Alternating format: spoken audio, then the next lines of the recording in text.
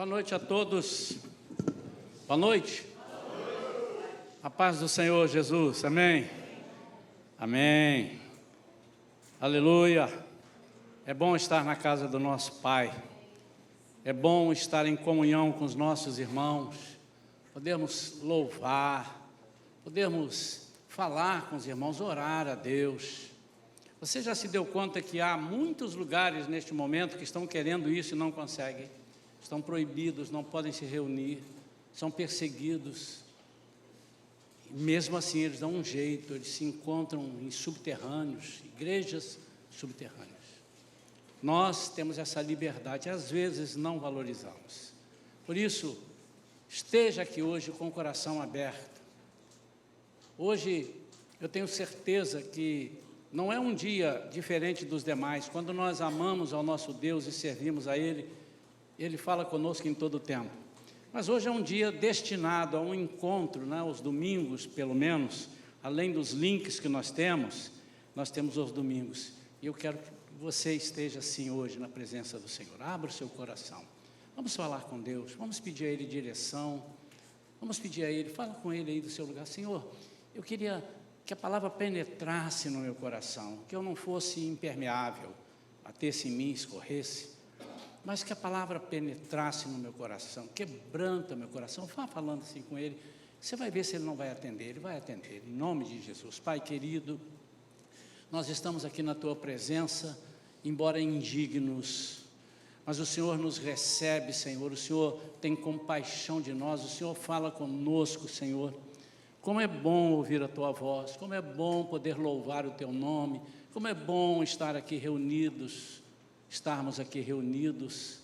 Ó Senhor, agora nós nos assentamos para ouvir a Tua voz, para ouvir a Tua palavra. Senhor, não permita que o inimigo nos impeça de recebê-la. Ao contrário, Senhor, que o nosso coração esteja aberto como uma terra fértil para receber a semente e germinar. Em nome de Jesus, amém. Amém, graças a Deus. Queridos, eu às vezes fico meditando em algumas coisas que eu mesmo não posso responder. Nenhum de nós pode. Existem algumas coisas que nós perguntamos, por que nós fazemos isso? Ou por que deixamos de fazer isso? Por que ouvimos? Por que não ouvimos? Por que nós entramos por aquele caminho? Por que não entramos por aquele outro caminho? Às vezes na nossa vida, gente, o que eu vim fazer aqui? Não é? Às vezes nós temos perguntas e não obtemos respostas. Perguntas naturais e mesmo as perguntas espirituais, principalmente, algumas delas nós não temos respostas. Ou não temos porque não ouvimos, ou não temos porque Deus não quer falar aquilo. E Ele é soberano. Nós precisamos confiar em Deus, da mesma forma que um filho confia nos pais, um filho pequeno. Ele não fica perguntando, pai, vai ter almoço hoje, mas o senhor comprou aonde? O senhor teve dinheiro para pagar? Ele chega na hora do almoço, na hora da janta, na hora que ele estiver com fome, ele diz, eu estou com fome. E a mamãe, ou o papai, quem cozinha em casa, normalmente são as mães, né, e tal, diz, eu vou preparar o almoço, eu vou preparar. E ele vai brincar. Ele sabe que vai preparar. Quando nós ligamos o nosso aparelho de televisão ou rádio na tomada, nós não ficamos calculando, bom, agora eu vou ligar, vai vir uma corrente 110, não sei o quê, eu não entendo nada de eletricidade, e agora vai produzir isso aqui, vai decodificar. Não, a gente liga, e se tiver alguém conversando na sala, a gente fala assim, vai começar o meu programa. Como é que você sabe que vai começar? Nós precisamos confiar mais em Deus. Mas, eu quero falar nesta noite sobre algumas perguntas. Primeiramente, há um entendimento, um estudo de que cerca de 180 ou um pouco mais de perguntas foram feitas a Jesus nos 4 evangelhos. Perguntas de toda a natureza. O que eu farei para herdar o reino de Deus? O que é que eu preciso fazer? Senhor, como é que pode ser isso e tal? cerca de 180, a gente não pode decretar que foram 180, 183, porque também muitas perguntas foram feitas e não foram escritas, não foram anotadas, não é verdade? Eu não creio que em 3 anos de ministério só tenham feito 180 e poucas perguntas, mas o que se registra, ou as principais. Mas eu quero falar de algumas perguntas que Jesus fez a nós. E a intenção de colocar, e hoje eu separei 4 perguntas, que Jesus vai estar fazendo para você nessa noite. Olha para mim. Faz assim com a mão. Está me vendo? Está alcançando? Jesus vai falar o teu nome. Eu não vou pronunciar aqui, ele vai falar o teu nome. Eu estou olhando aqui, eu acho que eu conheço o nome seu nome de todo mundo, exceto dos visitantes, né? Alguns visitantes. Na hora que chegar aqui para mim, eu sei também. Mas Jesus está falando o teu nome. Mesmo que eu não pronuncie aqui, eu queria combinar com você. Na hora que eu ler o texto onde Jesus pergunta a certos discípulos alguma coisa, eu queria que você pegasse para si. E que você falasse, né? Leandro, isso assim, assim. Francisco, Fátima, Bernardo. Aliás, ele tem muitas perguntas para fazer aos jovens. Nós vamos ver. Eu não tenho um texto base onde eu vou preparar essas 4 perguntas, ou a mensagem, digo, dentro desse texto, mas eu separei 4 perguntas, há muitas que ele nos fez. Mais fizeram a ele do que ele fez a nós. Mas eu separei 4, e para cada pergunta dessa, nós temos um texto e um contexto. Mas, de novo, eu queria que você dissesse assim no seu coração: Senhor, eu vou entender o que o Senhor está me perguntando. Certamente, uma ou outra, talvez nenhuma, caiba a você, ou talvez as 4 caibam a você. Mas eu queria que você abrisse o seu coração, porque se Jesus está perguntando, ele tem interesse. Essa é a primeira coisa. Jesus não é um curioso como nós. Quem é que te deu isso? Ela falou, por quê? Não, por nada, só queria saber quem te deu. Não, esse tipo de pergunta Jesus não nos faz. E quando ele faz, tem um fundo de reflexão.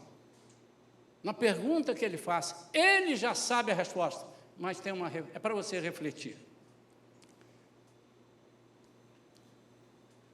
A primeira pergunta que Jesus fez aos seus discípulos e está fazendo a nós, somos discípulos? Então Jesus está fazendo a nós, está no Evangelho de João. No capítulo 1, a pergunta está no versículo 38, mas eu vou ler uns versículos antes para os irmãos entenderem o contexto. Versículo 35, se o irmão puder colocar desde o 35, diz assim: no dia seguinte, João estava outra vez na companhia de 2 dos seus discípulos.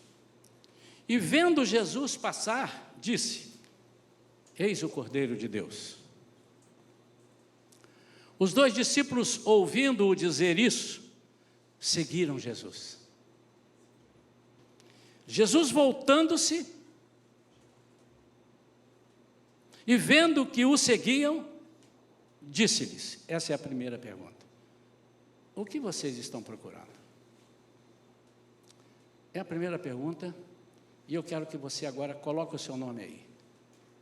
Vivian Vidal, o que você está procurando? Giovana, vocês não precisam responder para mim. O que vocês estão procurando? Essa pergunta, embora parecesse uma pergunta de cortesia, como nós vemos as pessoas assim na rua: está procurando alguma coisa? Estou procurando uma farmácia, posso te ajudar? É ali. Embora parecesse, não, era uma pergunta que fazia ou tentou fazer com que eles refletissem. E eles disseram: Rabi, onde o Senhor mora? Rabi, que quer dizer mestre. Então, esses 2 discípulos de João estavam com João. Quando Jesus está passando, João disse assim: ali está o Cordeiro de Deus. Eles: o Cordeiro de Deus? Vamos atrás deles. Estão andando atrás deles, de repente Jesus dá uma virada assim: o que é que vocês querem? O que é que vocês estão procurando? E eles respondem: onde é que o Senhor mora? Onde o Senhor mora?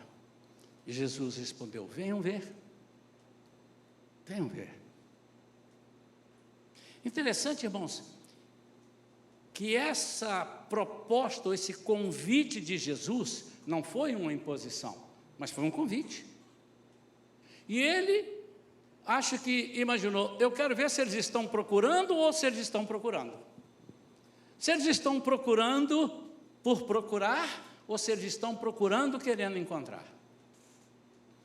Em Mateus, capítulo 7, versículo 7, não precisa abrir, mas se quiser pode, eu não passei o versículo para você, meu amado. Diz que assim: busquem e encontrarão. Busquem e vocês vão achar.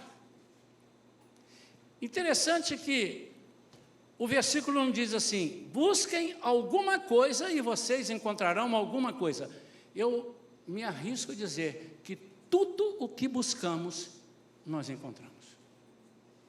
Pode não ser o que precisamos, mas encontramos. E muitas vezes encontramos aquilo que não é benéfico para nós, mas encontramos. E achamos que aquilo é o nosso eureka, é o nosso uau, é o meu tesouro. A solução está aqui. Quantas vezes nós encontramos alguma coisa ou alguém, alguma situação, e nós já achamos: salvei a minha horta, salvei a minha pátria, resolvi o meu problema. Você procurou, mas será que nós procuramos na fonte certa? E aqueles discípulos, diz a palavra de Deus, que eles entraram. Jesus respondeu: venham ver. Eles foram, viram onde Jesus estava morando e ficaram com ele aquele dia. Eram mais ou menos 4 horas da tarde. Ficaram com ele aquele dia. Esse 4 horas da tarde não está aqui à toa também. Deixa eu só fazer, não está dentro do esboço não, mas eu li aqui agora e me chamou a atenção. Eram 4 horas da tarde. Ficaram com ele aquele dia. Chegaram meio-dia, chegaram 10 horas da manhã, chegaram a hora que for. Mas isso, ele tem um quê? Tem alguma coisa que... Eles ficaram, era 4 horas da tarde e eles poderiam dizer: eu preciso ir embora, não podemos ficar muito tempo. Já são 4 horas e ninguém anda à noite, é muito perigoso, é muito difícil. Haviam os animais do deserto, haviam os salteadores, não é hoje como essa cidade maravilhosa que nós temos, super iluminada. Digam amém, irmãos, porque pela fé vai iluminar onde não tem iluminação. Não, mas eram perigosos. Mas eles ficaram, por quê? E eu quero te perguntar, por que eles ficaram? A Bíblia não me fala o que eles encontraram, o que eles viram ali. Será que eles viram aquilo que eles buscavam? Ou eles viram alguma coisa que os surpreendeu e que eles nem esperavam? Mas o fato é que eles entraram e ficaram. Jesus estava forçando a eles e está forçando a nós a refletirmos: o que você busca na vida?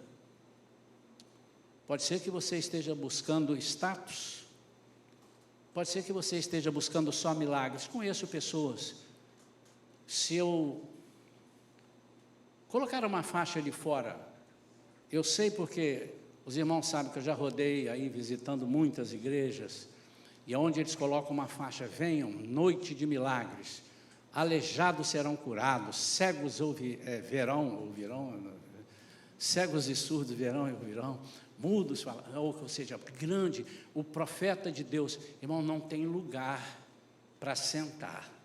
As pessoas ficam penduradas pelas janelas, porque nós estamos em busca de milagres. Mas aí eu pergunto a você: o que você está buscando? Que tipo de milagre? Porque o maior milagre já nos foi dado àqueles que aceitaram a Jesus como Senhor e Salvador. Eu não quero nem falar nesse, que é o principal de todos, o milagre da salvação, da vida eterna. Isso é um milagre, é algo que ninguém pode explicar. Como é que eu posso dormir, morrer para Jesus é dormir, e acordar, não sei quando ele voltar, e viver eternamente sem nenhum problema mais. Que coisa é essa? Que inteligência artificial que consegue fazer isso na vida de um homem? Isso já é um milagre. Mas que milagre você quer? Você pode buscar milagre. Pode ser, você pode dizer, eu estou procurando Jesus. E eu quero que você diga aí no seu coração, no seu lugar, o que você está procurando? Eu estou procurando Jesus porque eu já fiz de tudo para deixar o meu vício e não deixei. Só um milagre para eu deixar o meu vício. Mas aí Jesus quer saber, quando você obtiver o resultado, você vai embora ou você vai ficar? Você quer ver mais? Você pode estar também em busca de um Deus que só faz maravilhas para você,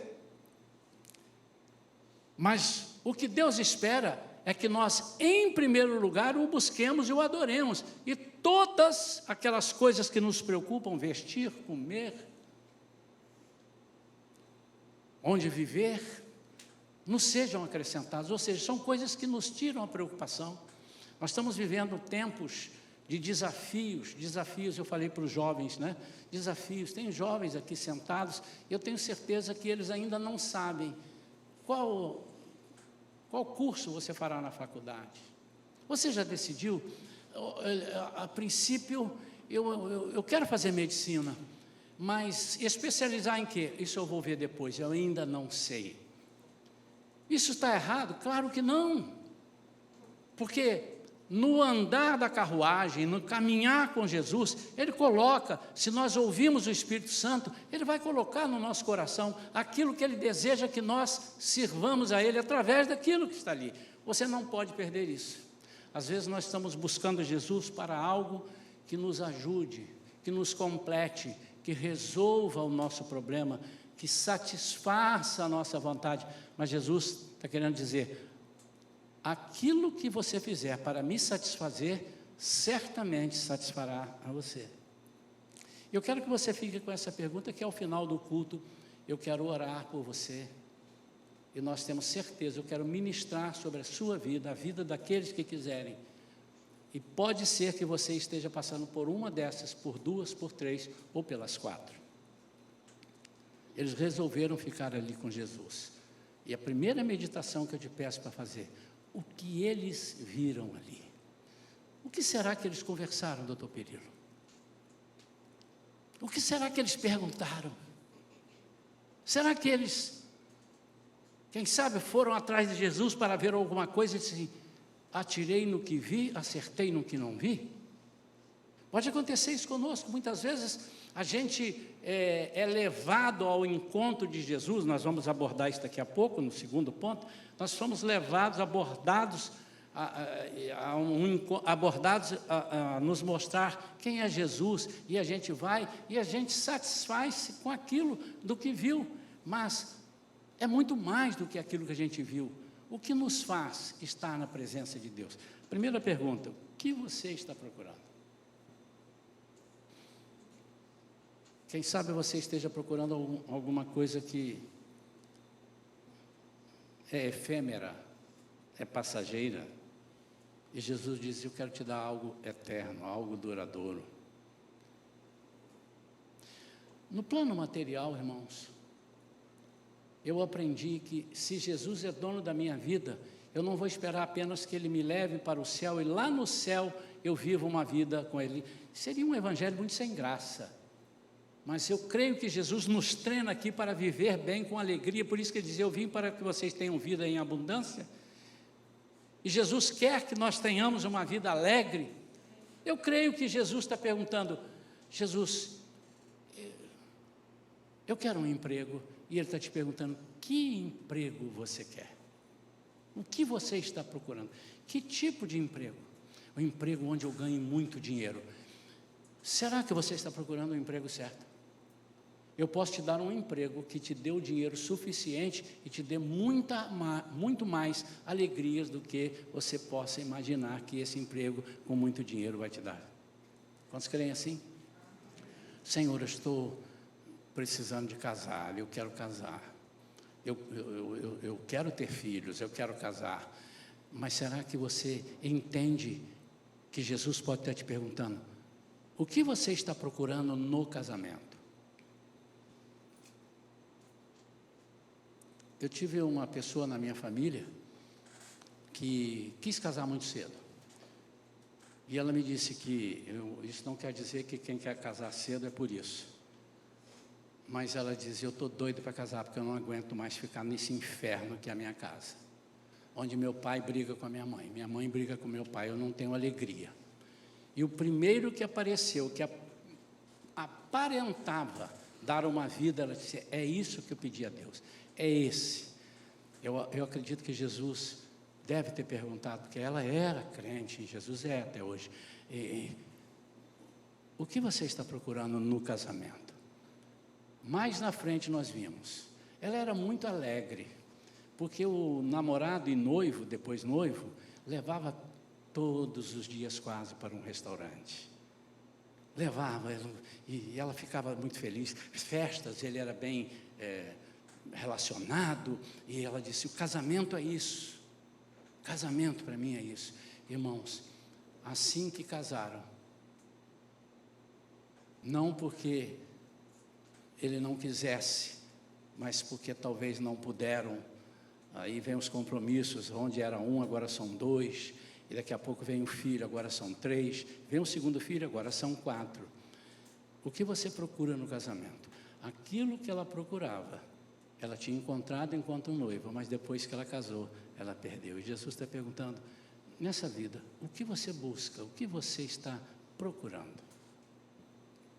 O que você está procurando?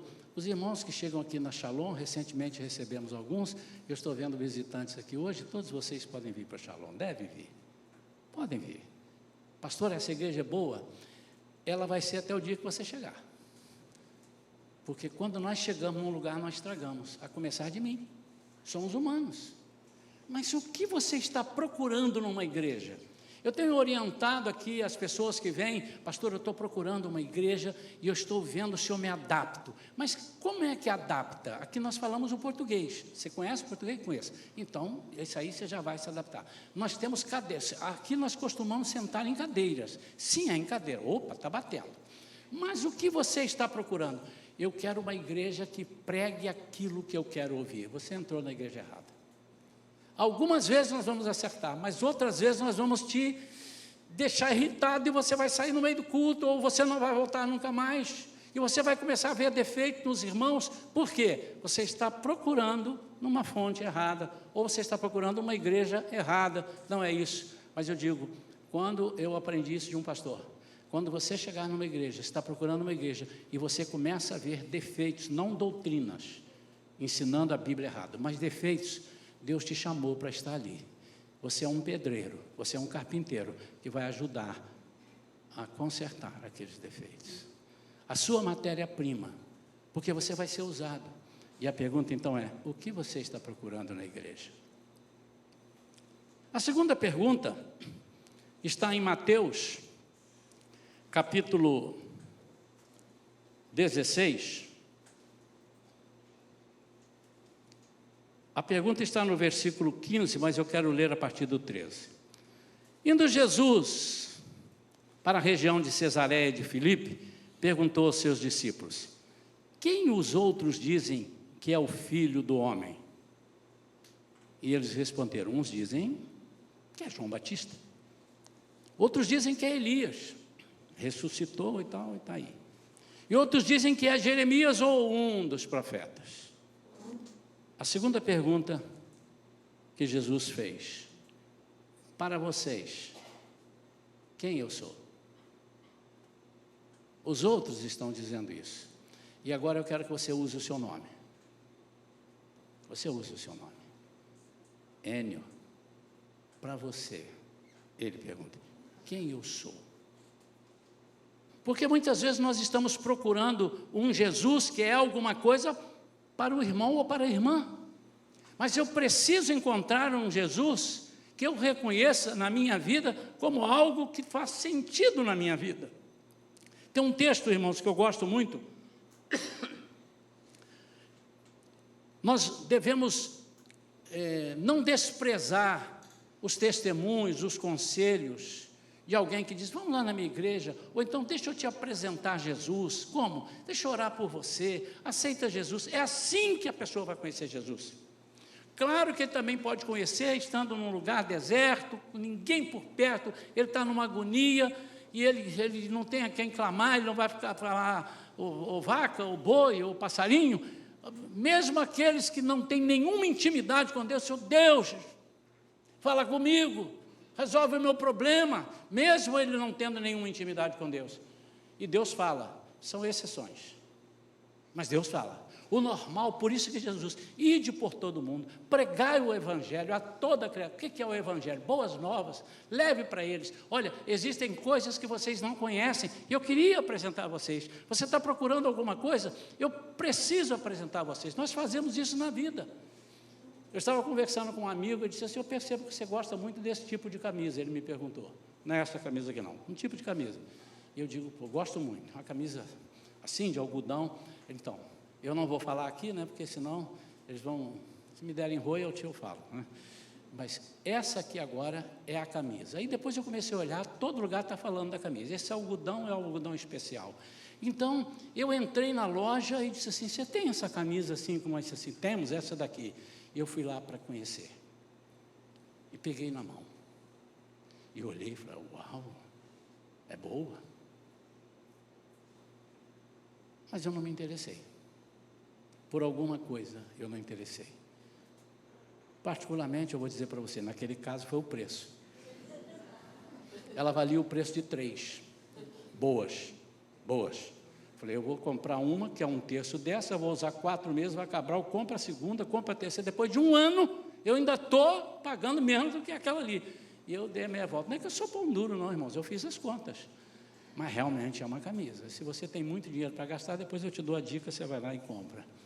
Mas é boa, mas também já me disseram, olha, eu fui ali assim, o que você está procurando? Estou procurando carne de churrasco. Rapaz, melhor lugar, o Jefferson chegou a fazer assim, lambeu os beiços ali agora. O melhor lugar, eu conheço, tem um supermercado aqui perto, e esse supermercado, amém, irmão? É o supermarket e tal. Os irmãos, nós temos que prestigiar os irmãos daqui, né? Então, você vai lá, tem uma picanha assim, tem isso assim, e você vai lá, e quando você experimenta, é muito boa, aí você passa, e você diz, cara, eu comprei uma carne assim, eu comprei, aonde você encontrou? Olha, você pode achar em outros lugares, por acaso eu comprei ali naquele mercado, eu comprei ali naquele açougue, eu comprei, e isso nós sabemos fazer muito bem, mas com as coisas de Deus nós não sabemos, ou temos vergonha de dizer, mas é necessário que alguém indique. Porque, como eu disse aqui um domingo desses, nós sabemos o caminho para oferecer. As pessoas que estão procurando um caminho não conhecem o caminho para encontrar. Quando eu chego diante de um médico e digo, doutor, eu vim aqui para o senhor me receitar um remédio que eu preciso, porque só com receita médica esse remédio. Qual é o remédio? Esse remédio é um remédio tal. O que você está sentindo? Eu estou sentindo isso assim. Mas me disseram que tem que ser com a receita. O senhor me dá isso. Eu olhei na internet, eu tenho. Ele disse, rapaz, tem um negócio muito superior. Esquece esse daí, eu vou te receitar. É mesmo? Muito superior. Por que eu não cheguei pedindo aquele superior? Diga para mim. Porque eu não conhecia. Mas ele conhecia. Então, irmãos, cabe a nós, a responsabilidade é nossa de ensinar o caminho. Mas quando nós ensinamos, a pessoa que foi ensinada ou que foi orientada, que recebeu o endereço, ela precisa, a partir dali, soltar o bastão e pegar o próprio bastão. Ou seja, ela precisa ter uma experiência. E eu gosto dessa passagem. João, capítulo 4, nós vamos abrir. Eu quero ler a partir do versículo 39. Aliás, eu quero ler um pouquinho antes. Espera um pouquinho. Deixa eu ver aqui onde eu vou ler. 35. Marcos, não é João, é porque eu tenho Marcos também, mas é João capítulo 4, quero ler a partir do versículo 39, e depois nós vamos, os irmãos conhecem o contexto, mas eu só vou lembrar, João 4, 39, e vamos lendo, diz assim, muitos samaritanos daquela cidade creram em Jesus, por causa de quê? Do testemunho da mulher que tinha dito, ele me disse tudo o que eu já fiz. Deixa eu parar aqui. Essa mulher samaritana, todos conhecem a passagem, encontra com Jesus, ela foi tirar água, Jesus estava ali, e Jesus queria água. Ela disse: como é que você pode pegar água? Esse é o poço de Jacó, ele não sei o quê. Ficaram aquela conversa, e Jesus: se você beber a água que eu tenho, você nunca mais terá sede. Esse é o contexto. Mas quando Jesus começou a conversar com ela, ela disse: epa, tem alguma coisa, e agora eu vou entrar aqui que eu estou procurando e não tinha achado. E eu estou encontrando nele. Esse moço, esse profeta, ele está sabendo tudo da minha vida. Daqui a pouco, ela caminha mais na conversa, ela descobre que ele não era um profeta, que ele era o Messias. Não, só pode ser o Messias, aqueles que estão falando que virá e tudo. E ela ficou maravilhosa, ela ficou maravilhada, ela ficou tão maravilhada, que ela largou o pote, a água já não era mais importante, vazou, foi lá para a cidade. E lá ela começou a falar: gente, vem aqui, vem aqui, vem aqui. Colocou no Instagram e disse assim: hoje às 2 horas eu vou ensinar para vocês. Encontrei uma pessoa, vocês precisam saber. E o Instagram encheu, e eles marcaram, e as pessoas encontraram com ela, e ela começou a falar. E ela disse que tinha encontrado o Messias, que ele realmente tinha dito tudo da vida dela. Aí eu vou continuar lendo. Quando, pois, os samaritanos foram até Jesus, pediram-lhe que permanecesse com eles, e Jesus ficou ali 2 dias. Muitos outros creram nele, por causa da palavra de Jesus, e diziam à mulher: agora não é mais por causa do que você falou que nós cremos, mas porque nós mesmos ouvimos e sabemos que este é verdadeiramente o Salvador do mundo. Sabe o que acontece aqui, irmãos? Discipulado, consolidação. Eu convidei um irmão, um jovem convidou outro jovem, ele veio e disseram: olha, é mais do que você tinha dito. Olha, eu estou indo mudar. Eu lembro que quando a Vera começou a me namorar, foi ela que começou a me namorar. E eu comecei a namorar ela ao mesmo tempo. Ela veio para a igreja, ela ainda não era cristã, e ela ficava olhando quem estava me paquerando, olhava se eu era paquerador, sério, jovens. E aí nós começamos a namorar, e ela não se batizara ainda. Até que um dia ela vai conversar com o pastor e disse: pastor, eu queria batizar. E o pastor perguntou a ela mais ou menos isso: você vai batizar, você namora o Isaías, e se ele desmanchar com você, se ele acabar o namoro, você vai sair da igreja? E ela respondeu: não, agora eu já encontrei Jesus, ainda que ele termine comigo. Eu não sei se ela falou isso e pedindo: Senhor, em nome de Jesus, não deixa acontecer, mas ela disse isso, né? Não foi isso? Disse: não, agora eu encontrei Jesus, e ainda que ele termine comigo, eu tenho algo superior. Ela não está me comparando com Jesus. O que eu ofereceria para ela, estou como marido, ela não teria com Jesus, mas ela tem com Jesus algo superior àquilo tudo que ela precisa, inclusive um casamento. E ela entendeu isso. Então, quando nós somos levados à presença de Jesus, nós precisamos passar a ter a nossa experiência com Jesus. Mas muitas vezes, nós seguimos Jesus pelo que dizem que Ele é. E às vezes nós falamos errado, irmão. Nós chegamos aqui, ou convidamos um amigo para vir aqui, e dizemos assim: você vai lá na Shalom, a Shalom é maravilhosa. Se você quer uma igreja que não tem problema, é a Shalom. Todo mundo ali é amigo, é uma família. Aliás, nós temos no nosso letreiro: uma família para você. E as pessoas esquecem de dizer que as famílias brigam. O pai dá um pito no filho, um irmão briga com outro irmão, mas são famílias. Mas não é isso que eu queria dizer. Aí às vezes as pessoas vêm chamadas e dizem assim: olha, você está com o quê? Eu estou com um problema no casamento. Vai lá que Jesus vai resolver. Quem disse que Jesus vai resolver? Quem te autorizou a dizer isso? Nós fazemos errado. Mas Jesus não tem poder? Muito mais do que você imagina. Mas Ele não tem poder de consertar qualquer casamento, pastor? Tem, mas Ele quer consertar qualquer casamento?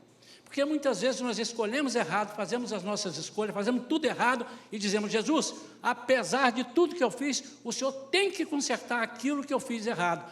Mas eu não me arrependo do que fiz. Eu quero continuar fazendo. Mas eu quero viver um casamento legal. Eu só quero que o Senhor tire do meu casamento as coisas ruins. Mas quando nós temos um casamento ruim, irmãos, que apanhamos da mulher, ou apanhamos do marido, ou não vivemos bem, o Senhor tem condição de fazer um casamento novo, quando nós dizemos: Senhor, eu reconheço que o Senhor é o Senhor da minha vida, e vou aceitar todos os consertos que o Senhor fizer na minha vida Isso vale para emprego, isso vale para a sua saúde, isso vale para todas as coisas da sua vida. Então nós precisamos ter a nossa própria experiência. Nós não podemos viver só de testemunhos dos irmãos. Quanta bênção, irmão.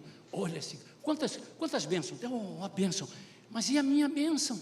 Será que Jesus não tem eu não tenho um testemunho para contar uma experiência que Jesus teve comigo e eu com Ele? Queridos, nós devemos buscar isso. Sabe como eu vejo essa igreja aqui, olhando aqui? Eu imagino essa igreja, cada irmão isso é possível, está na Bíblia. Cada irmão estendendo a sua mão, colocando a mão no enfermo, o enfermo sendo curado. Você diz amém? Amém. Mas diz amém com fé? Amém. Porque não é você quem cura, é o poder de Deus. Mas você precisa dizer: eu quero esse relacionamento genuíno. Mas eu não sei, me disseram, espera aí que eu vou chamar uma irmã de oração, espera aí que eu vou chamar um irmão. Você pode até chamar para te ajudar, mas deixa eu te dizer, meu amado e minha amada, você precisa ter a sua própria experiência com Deus e crescer para dizer: agora já não é mais pelo que a Fabiana me falou, agora não é mais pelo que um jovem ou uma jovem falou e me trouxe, agora eu mesmo vi quem é Jesus na minha vida. Terceira e penúltima pergunta, está em Marcos 4, Marcos aí, e a pergunta está no versículo 40. Então Jesus lhes perguntou: por que vocês são tão medrosos? E a pergunta que ele quer fazer para cada um de vocês é: por que você está com tanto medo? Essa que eu queria colocar aqui. Por que você está com tanto medo? Olha para mim. Por que você está com medo de perder o emprego? Por que você está com tanto medo de ser internado? Por que você está com tanto medo de um assalto? Por que você está com tanto medo do seu casamento não dar certo? Por que você está com medo de não engravidar? Por que você está com medo de não passar na faculdade? Por que você está com tanto medo? Isso aqui ocorreu numa situação que tudo dizia que a pessoa tinha que estar com medo. É a experiência dos discípulos num barco, onde Jesus estava. Note que Jesus estava no barco, com eles no barco. E mesmo Jesus estando com eles no barco, porque há uma corrente que pensa: se Jesus estiver do meu lado, não tem tribulação. Quem disse que não tem? O que não pode acontecer é a tribulação te vencer. O que não pode acontecer é o mal sobrepujar na sua vida.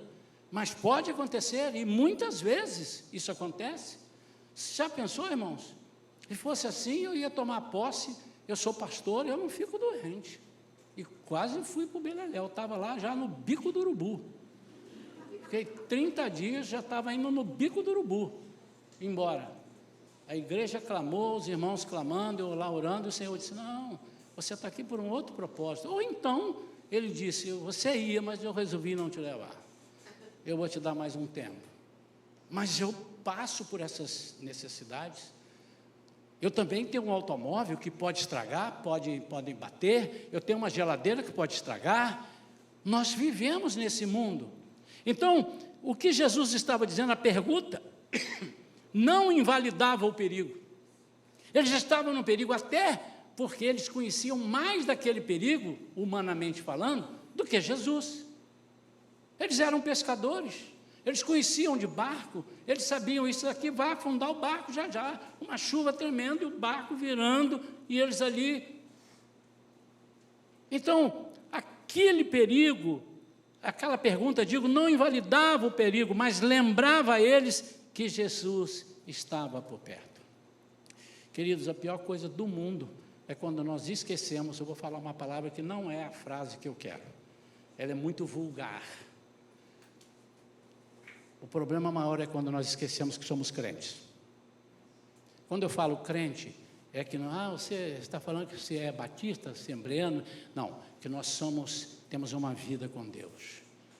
O problema é quando nós esquecemos que nós temos Jesus. Isso não, de novo, irmãos, isso não significa que nós não vamos passar necessidades, não vamos ter tribulações, porque o próprio Jesus disse: no mundo tereis tribulações. Mas tem de bom ânimo, eu venci o mundo. O pânico do medo nos cega e nos impede de enxergar. Então a pergunta que Jesus está fazendo para cada um de vocês, e eu queria que você não precisa levantar a mão para mim agora, mas eu te pergunto: por que você está com tanto medo? Por quê? É pecado ter medo, pastor? Claro que não, está na Bíblia.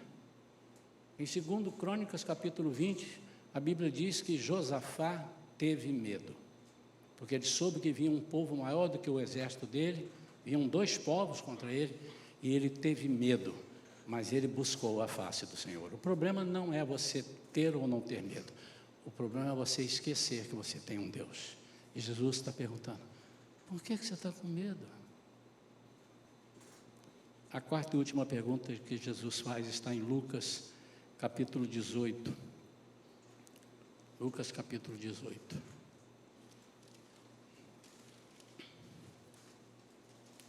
A pergunta está no versículo 41, mas eu vou ler um pouquinho antes. É um texto muito conhecido. A partir do 35, meu irmão. Aconteceu que quando Jesus se aproximava de Jericó, um cego estava sentado à beira do caminho pedindo esmolas. E ouvindo o barulho da multidão que passava, perguntou o que era aquilo. O que é isso aí? Que zum, zum, zum é esse? Anunciaram-lhe que Jesus, o Nazareno, estava passando. Então ele gritou: Jesus, filho de Davi, tenha compaixão de mim. E os que iam na frente o repreendiam para que ele se calasse, mas ele gritava cada vez mais: filho de Davi, tenha compaixão de mim. Jesus parou e mandou que trouxessem o cego. E tendo ele chegado, Jesus perguntou. Essa é a última pergunta da noite. Olhe para mim. Coloca o seu nome na minha pergunta. Fulano, fala o seu nome aí. O que você quer que eu faça por você? O que você quer que eu faça por você? O que você está impossibilitado de fazer? O que você escolhe para deixar eu fazer? Você chega num lugar, irmão, está ali na cantina, um monte de gente trabalhando, e você quer ajudar. E alguém chega lá e diz assim: o que vocês precisam que eu faça? Alguém que está precisando que você faça alguma coisa, certamente vai dizer: eu preciso que você lave os pratos. E você precisa estar disposto a lavar os pratos. Você diz: mas lavar o prato, eu não gosto de mexer com água, eu vim aqui para enxugar. Mas você perguntou: o que você precisa que eu faça? E quando Jesus nos pergunta o que você quer, primeira coisa, Ele já sabe o que você quer. É impossível Jesus não saber que ele estava conversando com um cego e o cego queria ver. É impossível. Primeiro, que estava na cara. Segundo, e na cara literalmente. E segundo, que ele era onisciente. Ele sabia todas as coisas. Olha que responsabilidade, irmãos. Onde você quer que eu atue? Qual é a parte que você deseja e permite eu trabalhar? Essa é uma pergunta. Você está aflito? Você diz: ninguém me ajuda, ninguém me ouve. E Jesus está te perguntando hoje, carinhosamente: o que é que você quer que eu faça por você, querido ou querida? O que é que você quer? Meu amado, abra o seu coração, dê um grito, diga: Senhor, eu quero tudo. Mas esse tudo você tem que dizer e nominar, elencar para Ele. Porque o tudo, embora Ele saiba do que se trata, é importante que Ele saiba que você está abrindo mão. Talvez aquele cego dissesse: eu não sei se um de nós fosse esse cego, ele disse: o que você quer? Eu estou precisando de 200 mil euros, eu preciso de 100 mil reais, eu preciso de 2 mil dólares. Era legítimo. Por quê? Porque eu não posso trabalhar, eu sou cego, então eu só vivo se me derem. E Jesus fez uma pergunta para ele refletir: o que você quer? Onde você quer que eu toque? Porque aquilo ali já foi pregado isso aqui várias vezes. Aquilo ali tinha um fundo muito, tinha uma base muito assim, reflexiva que deveria acontecer. Você está preparado para deixar de ser cego? Porque hoje você tem ajudas, as pessoas te socorrem. Às vezes, amados, nós estamos na igreja há anos, nós somos crentes há anos, costumamos a falar com Jesus há anos, em orações triviais, e Jesus quer falar muito mais conosco, mas nós só queremos ficar cegos recebendo ajuda. Como é bom quando um irmão ora por nós. Como eu gosto, irmão, quando alguém chega: pastor, deixa eu orar contigo. Como eu gosto, como você gosta que ore com você. Mas como é importante você entender que o que mais importa não é a ajuda de uma pessoa que vai deixar você naquele mesmo patamar o tempo todo, mas o que importa é o que Jesus pode fazer em você, porque no momento que Ele fizer em você, Ele passará a fazer através de você. Há coisas que podem estar afligindo você há anos, e você já está com vergonha de pedir a Jesus. E Ele está perguntando: o que você quer que eu faça por você? Você está com vergonha. Não vou nem falar. Eu era crente, estou afastado. Ou então eu sou um crente muito bafurete. Conhece esse termo, bafurete? É lá de Guaçuí. Eu sou um crente muito ruim. Eu não tenho condição. Eu não sou digno. Digno ninguém é. Mas isso nos paralisa. Nós começamos a achar, porque estamos ouvindo pessoas dizendo, ou às vezes você cresceu, sua mãe, seu pai dizendo: você não serve, você não presta, você não é proativo, você não consegue render, você não consegue oferecer, e nós então ficamos acanhados. Pode ser que você esteja aqui essa noite, e quem sabe se você está aqui comigo há anos e eu nem sabia. Uma vez numa igreja que eu estava, alguém pediu, o pastor pediu: alguém hoje precisa de uma oração? Tem alguém aqui que precisa de alguma? E levantou uma irmã a mão, eu não sei, não lembro dos detalhes, mas eu lembro mais ou menos. E ela disse: eu estou precisando. E ela começou a falar o problema dela. Irmãos, cada coisa que ela falava, quem estava do lado dela fazia assim. Ela era muito conhecida, e o outro fazia assim, o outro botava a mão na cabeça, e o outro estava. E o pastor disse assim: irmã, a senhora está conosco, e nós não sabíamos disso. E a resposta dela foi parecida com a que eu já ouvi de alguns irmãos: irmão, mas você não deixou a gente saber, a gente podia ajudar em oração. Eu não quero incomodar. Mas não é que eu não quero, a gente se acha indigno de pedir. Mas Jesus disse: você pode pedir. Pedir, dar-se-vos-á. Batei e abrir-se-vos-á. Buscai e achareis. E nós precisamos de pedir. Então eu quero fechar trazendo essas 4 perguntas, como se Jesus estivesse aqui agora e todos nós estivéssemos assentados na relva, como Ele costumava fazer. Ele assenta e começa a perguntar. Faça uma fila aqui daquelas pessoas que estão procurando. O que você está procurando? Você pode dizer: o que eu estou procurando? Faça uma fila aqui. Eu quero que você me diga quem você diz que eu sou, quem eu tenho sido para você. Eu quero também falar com aqueles que estão com muito medo. Há pessoas que têm medo de dormir, medo de escuro, medo de andar sozinho, medo. Ou então ele está perguntando, e essa eu deixei por último de propósito: o que você quer que eu faça por você? Irmãos, nós deveríamos ser mais acessíveis a ajudas. Às vezes a igreja oferece, esta igreja, estou falando dessa, oferece, quem gostaria que nós orássemos, vem aqui no altar, e as pessoas precisam e não vêm. Por quê? E eu incluiria então uma quinta pergunta: por que vocês fazem isso? Jesus perguntando. Por que vocês, precisando, não batem na porta? Eu quero oferecer nessa noite essa oportunidade. Eu acho que Jesus, não tenho certeza que Jesus preparou essa mensagem e me passou essa mensagem, dizendo: eu quero que você diga ao povo que está cansado e oprimido, eu vou aliviá-los. Eu queria que você tomasse essa noite como uma noite de refrigério.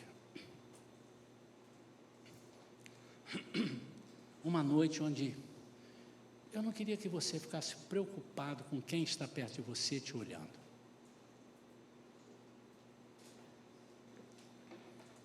O crente de 3 meses e o crente de 50 anos, mesmo patamar. Isso para Jesus não conta. 50 anos a crente, não é de idade não. O crente que trabalha na igreja e o crente que não trabalha na igreja. Não se trata disso. A salvação e a cura não tem a ver com isso. Você trabalha, você é dirigente de culto, eu vou separar primeiro uma bênção para você. Olha, está aqui no cantinho, a sua bênção está aqui, porque você é especial. Não, ainda bem que Jesus não é assim. Mas Ele está perguntando: o que vocês estão procurando? Quem vocês dizem que eu sou? Por que você está com tanto medo? Eu quero bater muito nessas duas últimas. E o que você quer que eu faça? Há muitos anos atrás, eu gravei um disco, e nesse disco tem uma música, e em nome de Jesus, eu já digo que essa música não cura ninguém, mas o poder, a unção da letra que está nela, que é bíblica, está em Isaías 53, é um convite. E durante meu ministério de mais de 30 anos, cantando essa música, um pouco menos, porque eu já tinha alguns anos de ministério quando eu gravei, eu vi muita gente testemunhar. E você vai entender que numa parte da música, Jesus fala uma coisa com você através da letra. Eu não vou dizer o que é para não te sugestionar. Jesus fala com você. Jesus te pede para fazer uma coisa. E você fica à vontade. Eu queria fazer isso nessa noite. Por favor, eu não quero dizer assim, nesse momento faça isso. Por favor, irmãos.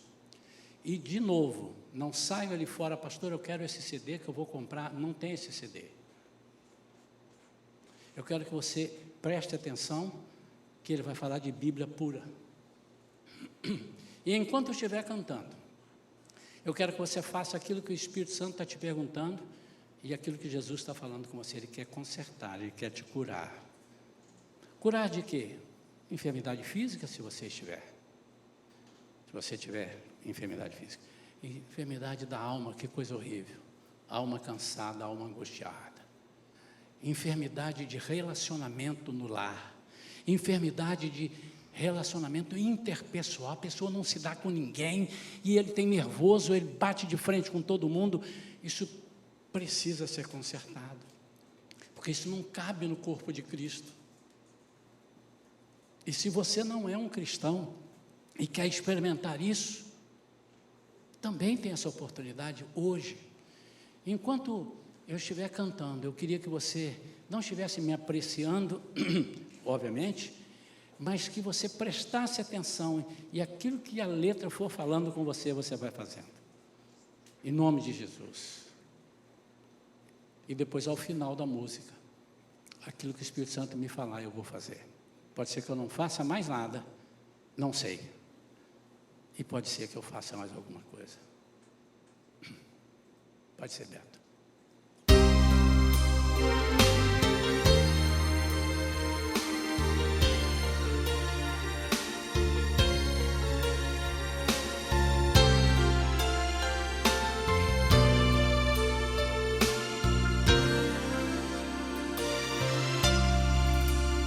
foi ferido por nossas culpas, nossos pecados a Ele humilhou,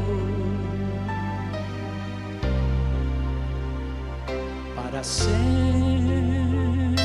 levou nossas dores,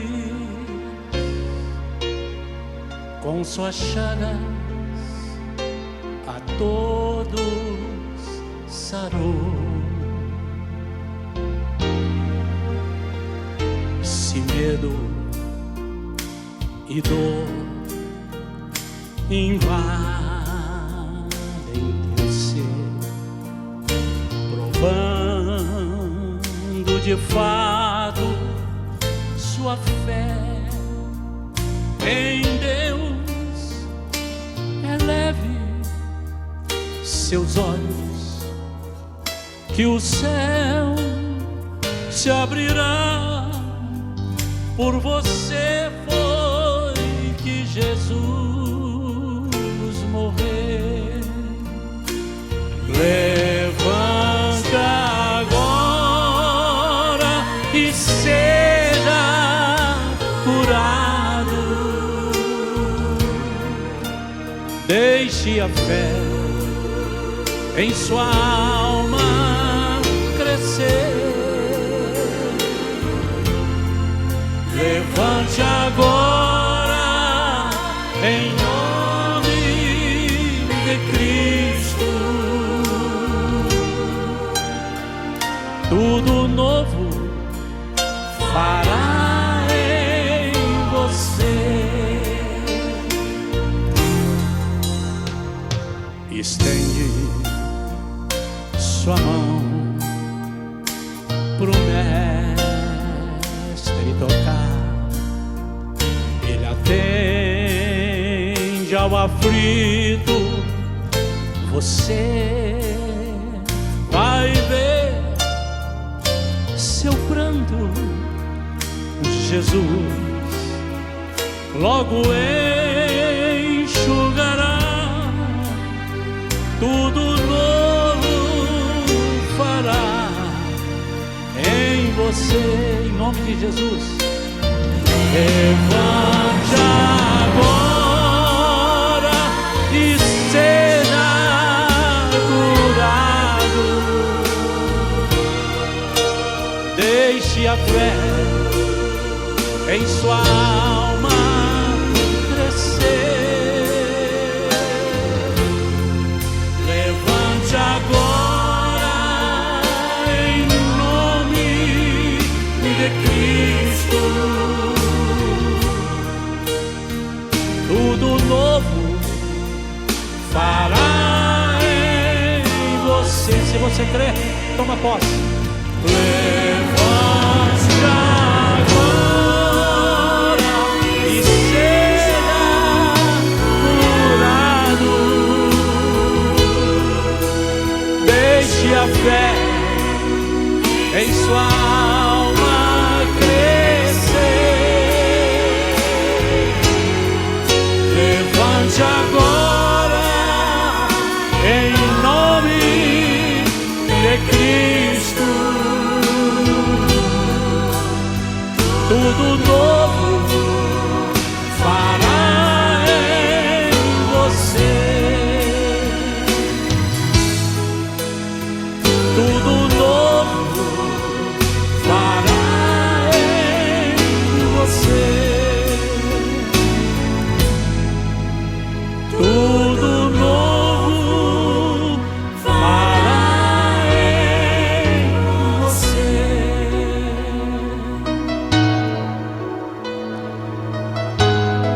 E Jesus, se eu pudesse complementar, Ele está dizendo: seja feita conforme a sua fé. Eu não pedi que você levantasse, você sentiu no segundo momento. Eu quero orar pela sua vida. E Jesus está dizendo: levante e vá. É a tua fé que te cura, em nome de Jesus. E Ele agora vai jogar por terra todo medo, toda angústia de alma, todo o peso do passado, que peso miserável que achata a gente para baixo, a gente não consegue caminhar.